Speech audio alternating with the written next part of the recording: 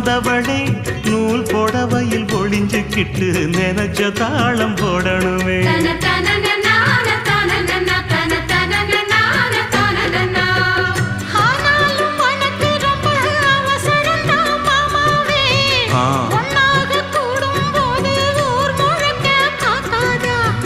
பார்த்தாலும் தவறு இல்ல பனியுறங்கும் ரோசாவே, உன்னால சொத்த வச்ச மூக்குலதான் வைக்காதா.